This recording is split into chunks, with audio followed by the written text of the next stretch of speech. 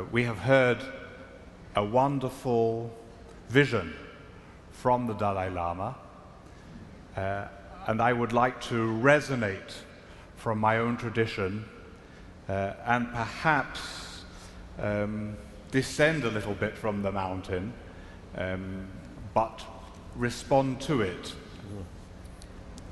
Some of you will be very familiar with the comment that appears in the Mishnah, the first written version of the oral tradition, in an ethical section known as the Ethics of the Fathers.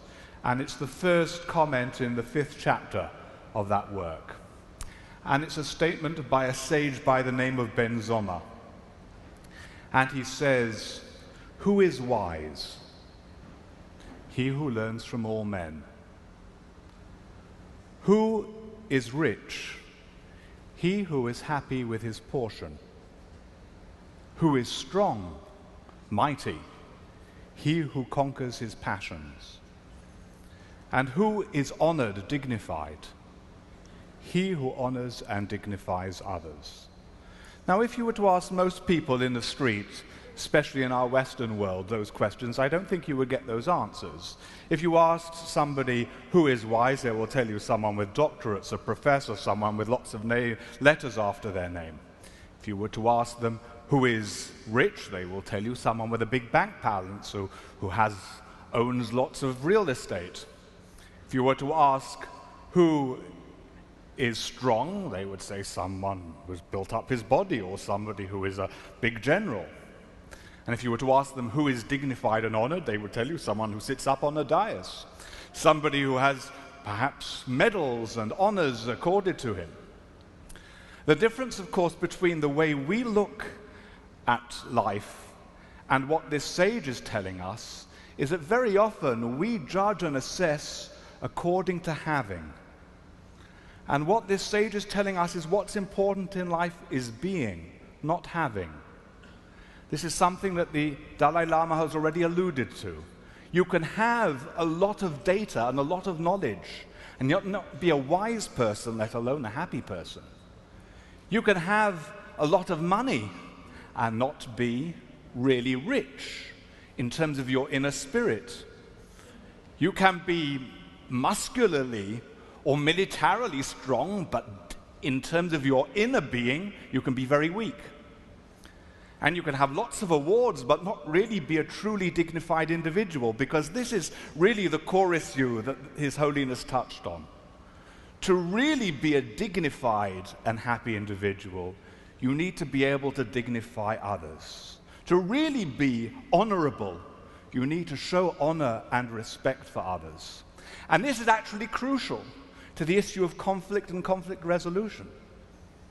Because almost every context of conflict, all too often nurtured by religion, yes, but rarely the caused by religion. But that still begs the question of why is religion so easily exploited? But nevertheless, in all these contexts, everybody in a conflict tends to feel that they are vulnerable and that they are the victim. Once in a previous incarnation, I don't mean before death, I mean simply in another position, I was Chief Rabbi of Ireland. And when I was Chief Rabbi of Ireland, at the time, the Cardinal was Cardinal Cathal Daly. And he said what people don't understand about Ireland is that Protestants and Catholics all see themselves as victims. Nobody sees themselves as powerful. I live in Jerusalem. Most of my peace work relates to the relationship between Israelis and Palestinians, between Jews and Muslims and Christians. Everybody in our neck of the woods thinks that they are the victim. And everybody is vulnerable. And in some ways, everybody is the victim. We just see ourselves in different paradigms. Palestinians see themselves as weak and vulnerable in the face of Israeli might and power. Israel sees itself as weak and vulnerable in the face of a sea of Arab hostility in which Palestinians are a fifth column. And the Arab world sees itself as weak and vulnerable in the face of Western power, imperialism, colonialism, consumerism, globalization, whatever. And everybody's waiting for somebody else to make the move, because everybody thinks it's not their responsibility. And therefore, if we are to overcome this vicious cycle, we have to be able to move beyond our own preoccupations. We have to be able to move beyond our own pain. And we have to be able to affirm the dignity and dignify the other, because that not only dignifies us, that not is only a source of happiness to us, that is the key to be able to living in a world of peace. Some of you will be very famous with the Hasidic story, in which one of the Hasidic masters said that he learnt the meaning of the verse in Leviticus 19:18, you shall love your neighbor as yourself. He learnt the meaning of this verse from the Hebrew Bible from listening to two peasants. Actually, in the original, they are portrayed as inebriated, but I never quite understood why they were inebriated. And the one peasant says to the other, Boris, do you love me? And the other says, Ivan, of course I love you. And Ivan says, well, Boris, do you know what causes me pain? And Boris says, Ivan, how can I know what causes you pain? And Ivan says, Boris, if you don't know what gives me pain, how can you truly love me? Now, that level of love is perhaps not easily attainable, but it is what we need to strive for. We need to be able to strive for at least an understanding of the pain of the other, if we are able to pull on the rich resources that we have within our religious traditions to make sure that our religions are not part of the problem, but part of the solution. Allow me to conclude resonating again with His Holiness, who focused on this issue of happiness, on the way we behave towards others and the implicit return from that action, in looking at the example of the man who, for our Abrahamic faiths, is the father of us all, Abraham. Abraham, who incidentally in our tradition is seen as the embodiment of compassion. The Hebrew word, which goes actually beyond the rachamim, beyond mercy, is the Hebrew word chesed. And the word chesed may actually be defined as loving mercy, a loving kindness of a merciful, compassionate character. Abraham is epitomized in that sense. And Abraham is also the embodiment in our traditions of hospitality. You know, in fact, most providentially, in the synagogue, we read portions from the 5 books of Moses weekly, and on Saturday we will read this portion in which Abraham is sitting at the entrance to his tent, waiting for wayfarers to offer them hospitality.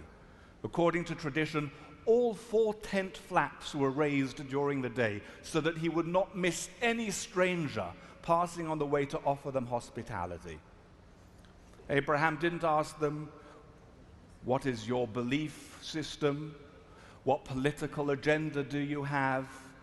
What manifestos have you signed on to? Abraham offered anyone who passed hospitality.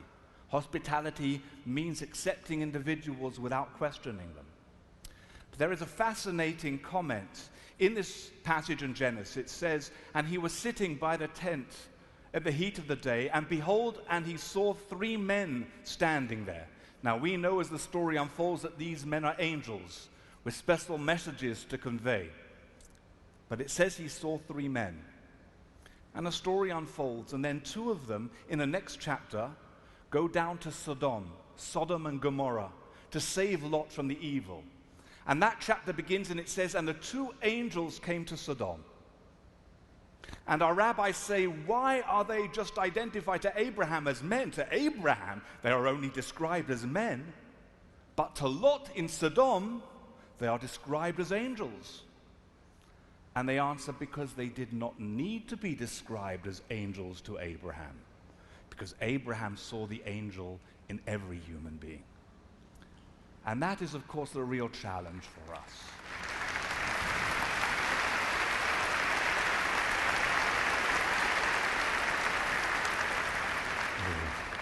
When we can see the angel in every human being, when we can see what our tradition defines as the divine image in every human being, regardless of race, color, creed, or sex, and even in the context of conflict, then we can find the true resource, the most noble and sublime heritages that we all represent and that we are all part of. to be the source of healing, to be the source of peace and the source of reconciliation. Thank you.